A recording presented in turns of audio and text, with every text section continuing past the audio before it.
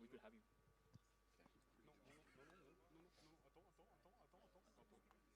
Je peux pas arrêter la diffusion, je suis dingue.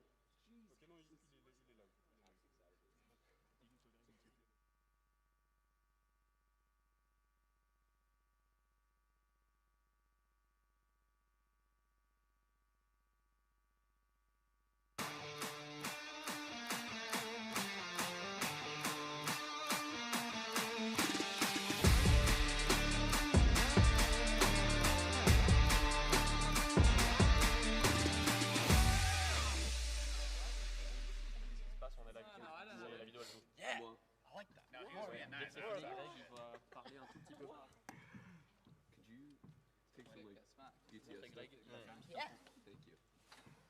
I don't want to stand in front of anyone, so I'll stand like just off to the side.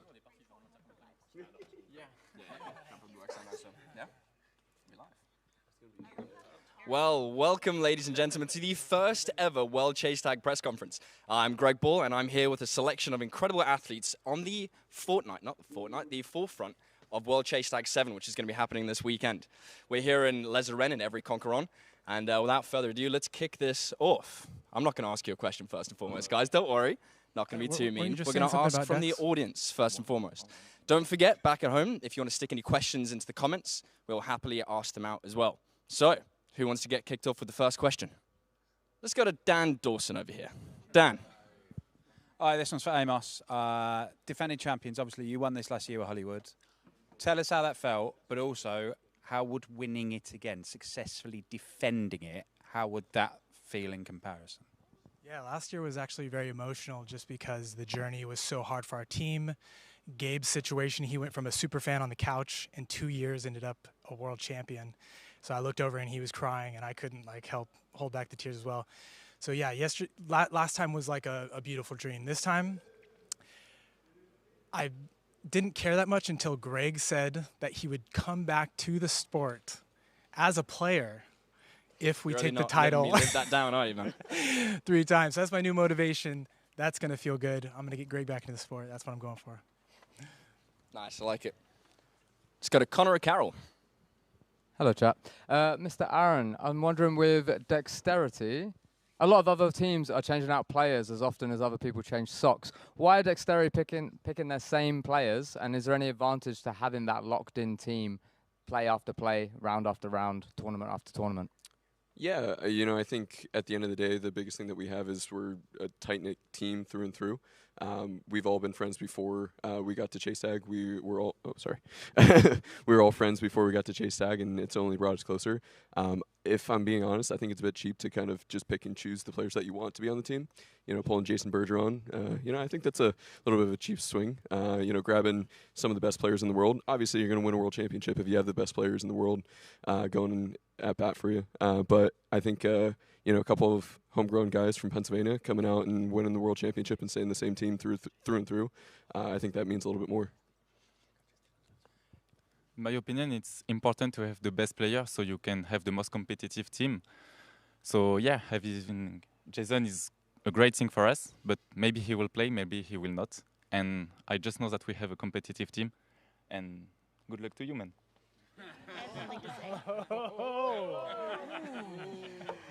I think that I love this sport so much, and I think one of the things that we need in order to grow the sport is to protect the existing teams and pull people who are from outside Chase Tag, whether it's in parkour, ninja, or any other sports, into our teams. And if we train them from the ground up, then I think that's a real win, when you win with a player that you have trained yourself.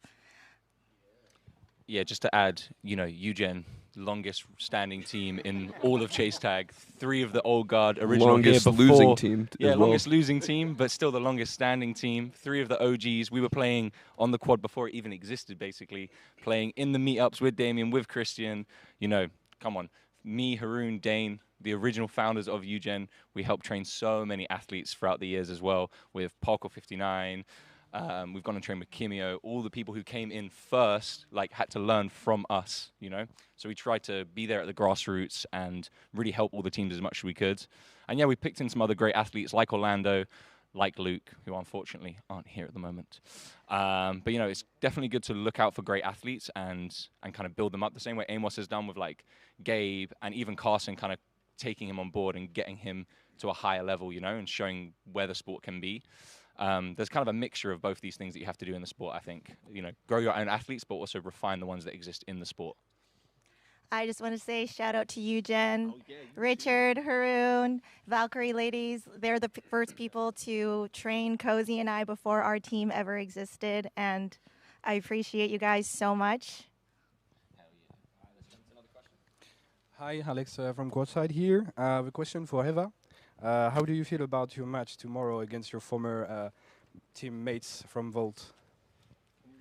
I'm really excited about that because I think in chess tag we are always like we have a lot of smile and we all are friends and everything.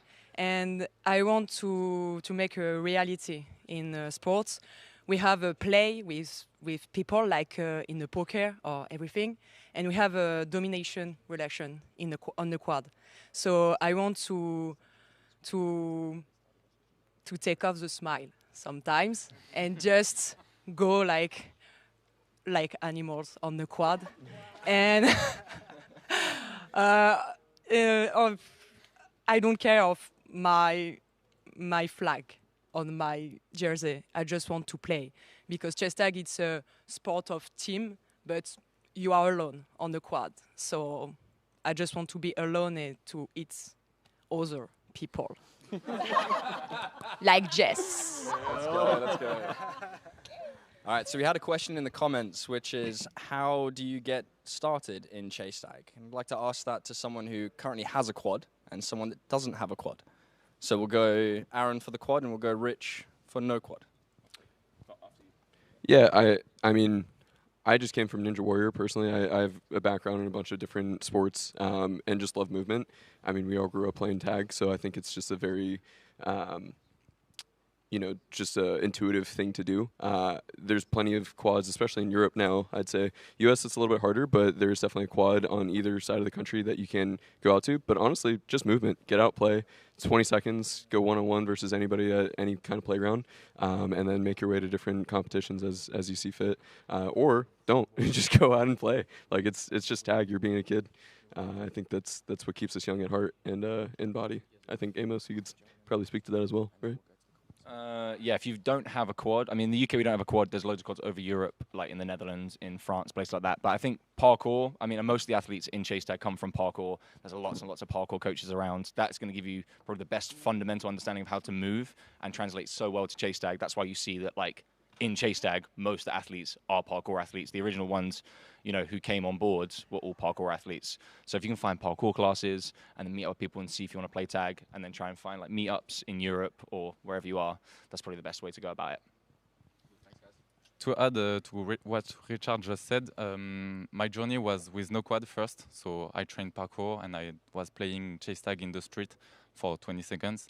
And I had the chance to get a quad. And then after that, you can really start taking strategy, precise physical training. And after that, you can become a really good athlete.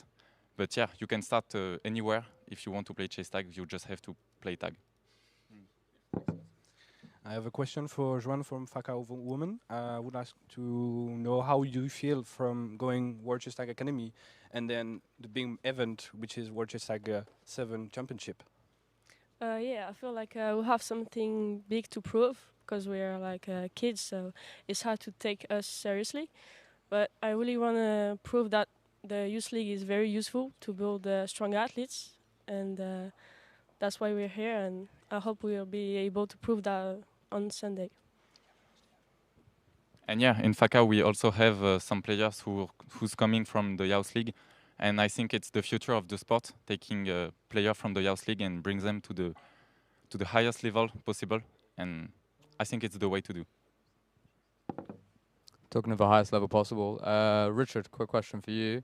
How is Eugene getting on, or how did you guys find out about your athlete transfer from Parkour 59, obviously one of the top seeded teams in your group? And then we were hoping that we'd see that transfer as a bit of drama on the lead up.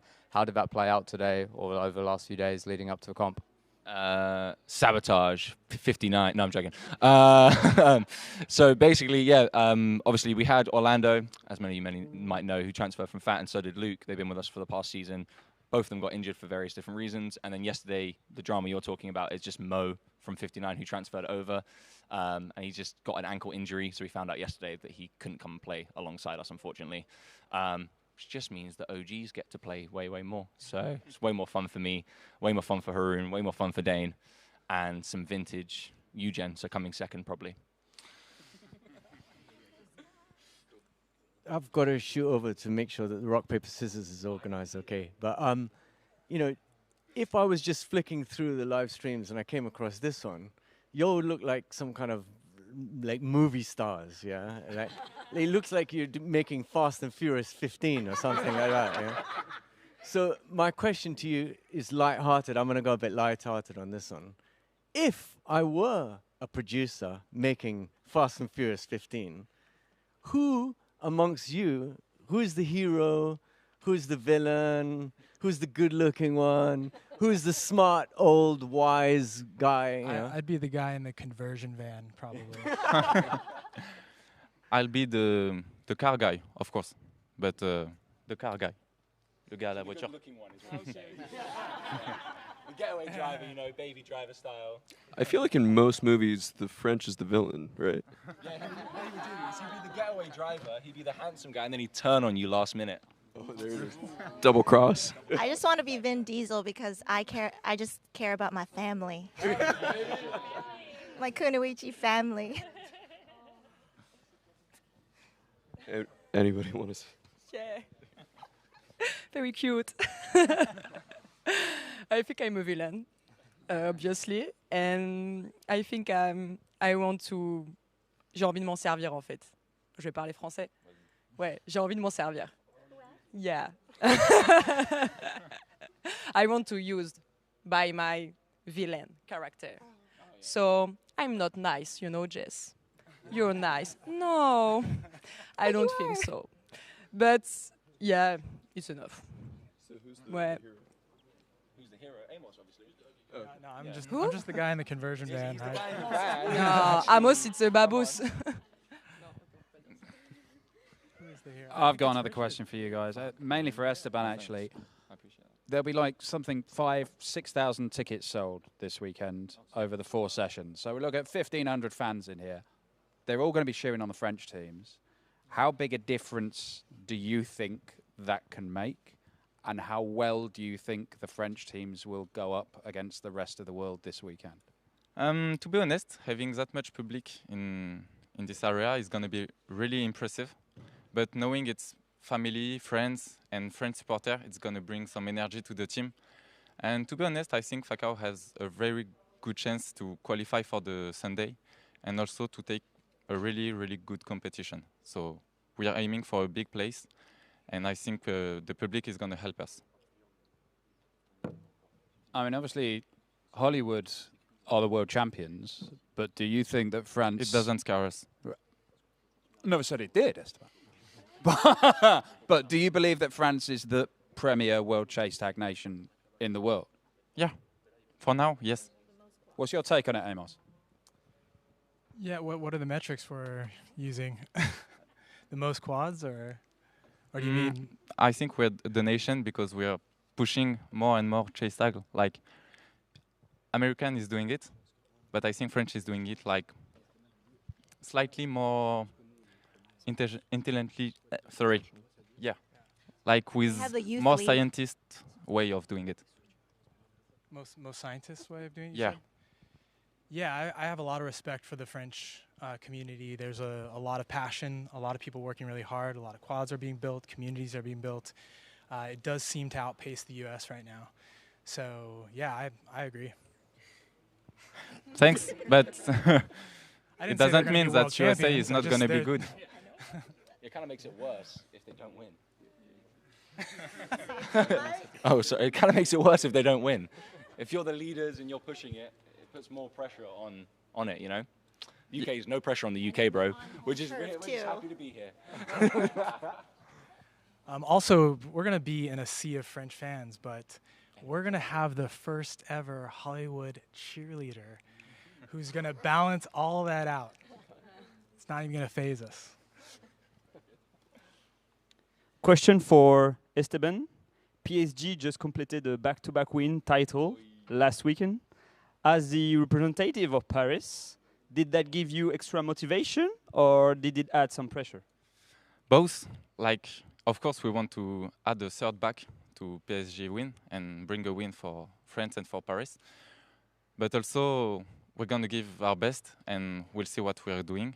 And if we're not good enough to win this year, it's going to be next year. And if it's not next year, it's going to be the next year again. We're just here to win one day. So if it's not our year this year, it's going to be the next. And then who are the Arsenal right there of this team? I feel like all my brothers support Arsenal, so I feel like I'm honorary Arsenal. So maybe a final? So come second, yeah. Yeah. That's what we tend to do.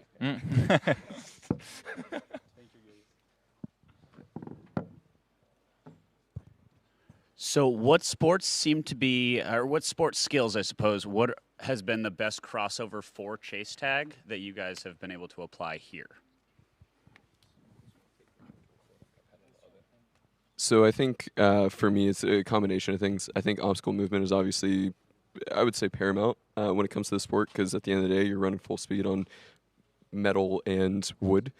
So if you don't know how to move efficiently through obstacles, I don't think that you're going to end up being the most efficient and potentially the safest. But I think beyond that, a good track background is really important. I was a pole vaulter in high school and into early college, and so having a lot of dynamic sprinting, agility, and movement in that sense, I think is really helpful with the different cutting, and obviously just the dedication and overall strength building off the quad, I think is important as well. I don't think that you can get that from just running 40 feet by 40 feet. I think you need to be able to have actual intentional training outside of the quad, which watching Esteban off on Instagram, I know he's doing a lot of that, so I'm sure he can attest. Yeah, I don't think there's only one sport who's a good crossover for Chase Tag. As we're a young sport, for our team, we're trying to take the best of each sport. So we have the most competitive team and we can step forward with the most scientist way of doing it. Also, I'd like that. Those are great things, but the only reason I've even survived this sport is good falling technique. So anyone who's trying to get into it as well, I would really recommend learning the correct falling technique, especially for these sorts of obstacles and heights. Otherwise, I wouldn't be here. So, what's a good term for that fall technique? You can look into parkour ukemi. That's a good methodology. Hello guys, I have some question. Yeah. There's been some leak of some secret trainings around. Many people have seen some leaks of some secret trainings. Have you seen any training of others leak on anything that you was not supposed to watch or anything like that? Have you heard about that? Or? Yeah, we put GoPros up in the trees in the outdoor quad like 2 years ago. So we've just been watching Fakao and the Crow practice. But other than that, I think you learned well then. Hi guys. Yeah, what are you referring to, Johan? Go and say it. I'm just trying to stir the pot. So are you talking about a secret quad? I think he's talking about. You have a secret quad? Oh, you have a secret I know quad? about that. Secret quad. You have a secret quad? I think Connor's got Do I have a secret quad? No, I think he's talking about the practice sessions over the last few days and seeing if anyone's spying on other teams, like escaping the locker room and being able to have a little look at beaters and different stratagems that are going down in practice. Can you guys speak to that? I wanted to know who Johan's talking about. Well, Aaron, you were sitting there during our entire practice yesterday. Oh no. And obviously you're affiliated with Sage on Rooftop Queens, so. Yeah, I took all that data and we're actually analyzing it right now. And Roland was filming us too. No. That I had no idea about. I'll be honest. The interesting thing about this sport is, I think that there can be some benefit to being able to study certain players and certain techniques. But when you get under the lights, there's only so much that you can actually remember. So I think that sometimes it can be taken out of context, to be completely honest. But at the end of the day, you just got to play your match and I don't know, see who can't get caught. So were you or were you not? Answer the question. No. Quick question, sorry, Jess. I know you've had a transfer over from an Apex player. We've got Taylor Carpenter on your team now, and I know coaching is obviously a big part of how we prepare for our championships and make sure you do well in your comp. Yeah. Did Taylor step in as just an athlete, or did she end up sharing stratagems and looking through different continuums and end up sharing the beta that Apex were working on to win all their comps a few years ago? Well, actually, every year with our team, we always have a team training camp because all of our team members live in different parts of the world. So it's pretty much the only time we see each other besides being at competitions. So we had one like a month ago, and we had Taylor out, and Cozy and I, based off of just like looking at past competitions, studying strat, based on working on stuff on our own, we created a whole list of moves and progressions that we can work on for each player on our team. And when Taylor came, we just basically did an analysis on her play style, and we basically gave her progressions to work on her play style to match the play style of our team that best suits her. So we didn't actually talk about much of Apex unless we talked about something. She's like, oh, this is what we referred to as this term on Apex when we did the same thing. But we never actually asked her anything about like, hey, what did you guys work on? Because we really focus on the things that we think work best for our team and our body types. We each have our own strengths and weaknesses. We don't really pull from other people specifically or other teams. Nice. So we've got a question in the comments. We're going to start from right to left. That's mine. So I'm going to start with yourself. The question is, who do you want to see lose the most and why? Okay.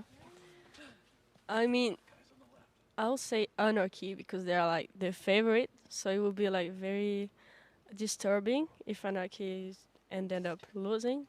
Well, I don't think so, but it will be fun to see that because it's something that people doesn't expect. So yeah. I like it. Facao. No, stop. Waiting. Why? Yeah, no explanation. No explanation? No explanation. Anarchy. The Transfer Kings. Eugen. Hollywood Freerunners. Why? Because you guys pulled so many players from other teams. Oh, I'm glad you brought this up. I'm glad you brought this up. Was created. It was created because you made a super team. And the original Hollywood team at the beginning of last season was completely different from the Hollywood team at the end of the season. I am so glad you brought this up. So actually, Eugen are the real poachers. What? We'll get to that. So on the next episode. All right, here's the truth about Hollywood. We actually haven't poached anybody. And that's something I love about the Hollywood squad. There's so much integrity. Kai actually wanted to play for Hollywood long before he was with Tempest. Just going to butt in there, and the chat's just said that Hollywood are the king of transfers. So. All right. Okay, chat, settle down. Everybody settle down. All right, here's the story. Kai actually wanted to join Hollywood. And after he did, Kyle and I sat down. We talked about it's funny that you have to defend this. No, it's a story that needs to get out. And we talked about maybe poaching Ludi at the time. But everyone agreed that we didn't want to poach other players.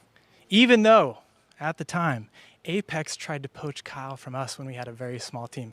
Anyways, we decided that we weren't going to poach anybody. Instead, we were looking for free agents, players that we could train up. We found Gabe. Gabe was on SoFlo. Yeah, but he wasn't at the time.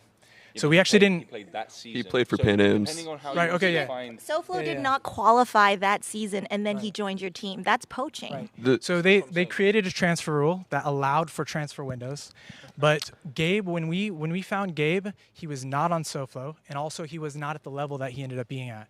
So it was us coaching him, bringing him up. 100%. Also Kai, I was there the day Kai started. I taught him everything he knew. And Maddie, I saw his potential early on. He was on a team. So we actually never poached anybody. The transfer rule did allow for us to build a team when actually earlier that season, with all the injuries and the players that had other life things going on, we actually at one point had only Kyle on our team. There was no way we were going to be able to play in Worlds. I was injured. Omar was injured. And so Hollywood went from one player. Luckily, a transfer rule was created, which I thought was fair. We didn't poach anybody. We trained them up. And so I'm glad you brought that up because I think more people need to hear that. Something that I think is interesting is if you look at any other major sport, you don't have Lionel Messi and Ronaldo. You don't have Aaron Judge and, all the other like megastars all in one team. Just because, the Lakers got to go to the NBA Finals, you don't take LeBron and everybody else to jump on. I think it's a little bit funky to have all the super players on one team. Also, you definitely do have transfers in football because you pay for them. Also, a transfer idea came about long before any of you guys existed in the sport because Mr. Greg wanted that long ago. And the reason the first idea came about was actually because David Nelms moved from Morera Gang to Blacklist. So the first idea of transfer came back before UMan existed. On top of that, a transfer only matters if the player has a poaching only really matters if a player has played in that season. So if the player has played in that season of Chase Tag, it should count as a transfer.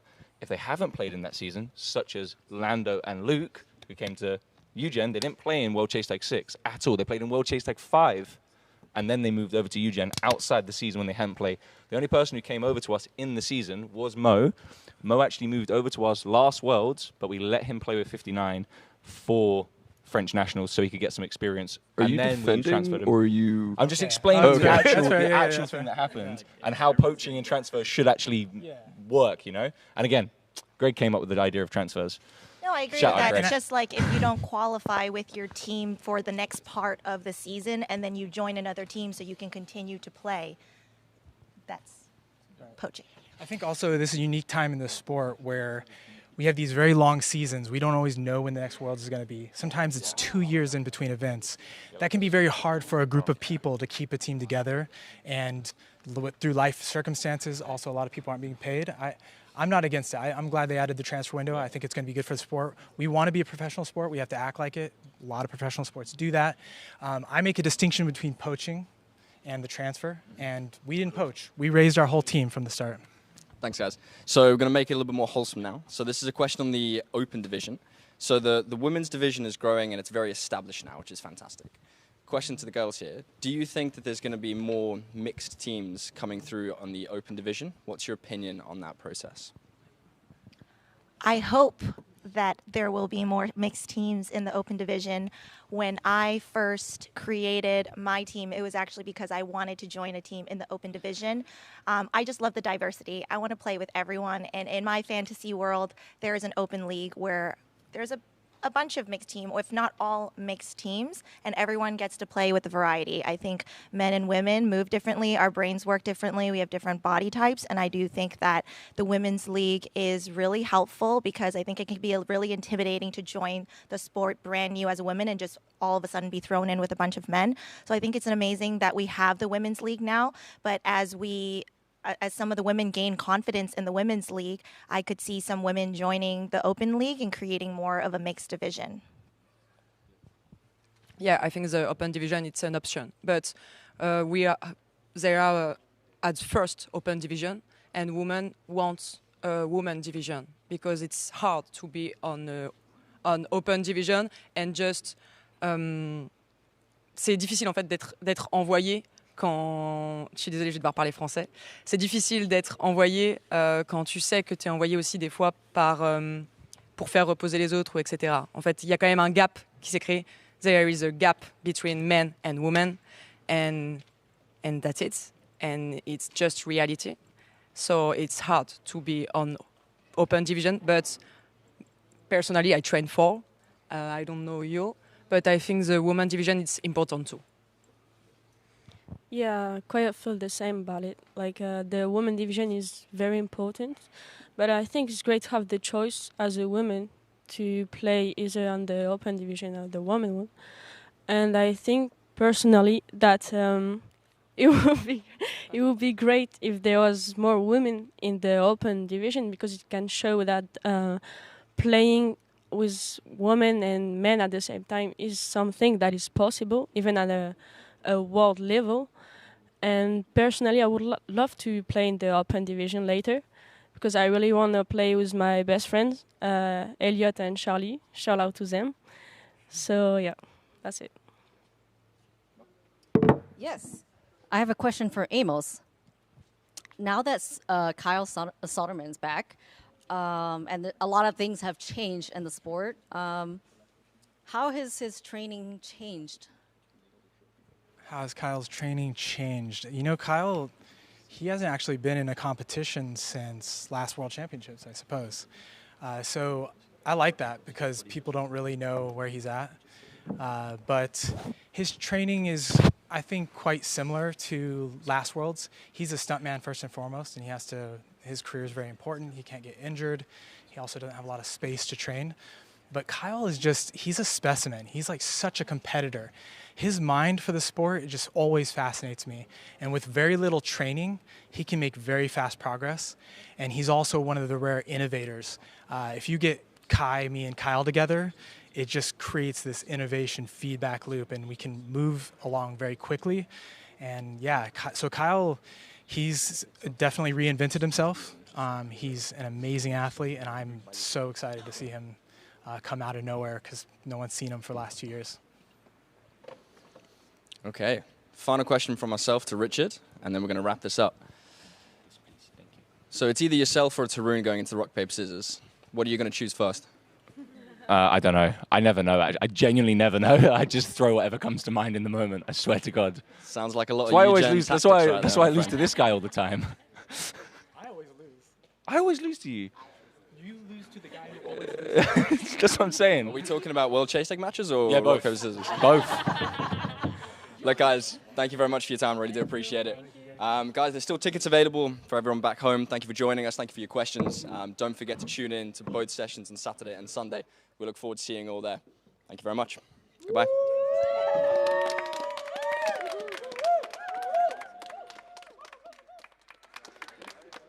Of the world, it is a Hollywood story. So many times denied in major tournaments, they now get their hands on the biggest prize in the sport, and the addition of Kai Baldwin has proven to be decisive, Joe. There is the trophy about to be presented to Hollywood freerunners for the first time in their history. They can call themselves World Chase Tag World Champions. Hollywood freerunners are the best in the business, the best on the planet. It almost feels like now everyone has a target on our back. Not as many people, I'm sure, are rooting for us, but the ones that are sticking with us, thank you. I think they are the strongest they have ever been. They've slowly learned to not rely on Kyle as much, and I think this is the most well-rounded their team has been, which is a scary thing to think of. No, but I think this year there will be a lot of changes. Thank you for coming to this event. Thank you for putting your body on the line. And then, yeah, belt to ass. It is looking good. He's got miles and miles and miles of strength, and he's got that convincingly. And he goes over the system to the tilted cube. He's done it! He's done it! Hollywood freerunners win the World Championship here in France. Ça parle beaucoup, ça s'agite beaucoup, mais je crois qu'ils n'ont pas compris en fait. Ici c'est chez nous. Ici c'est pas.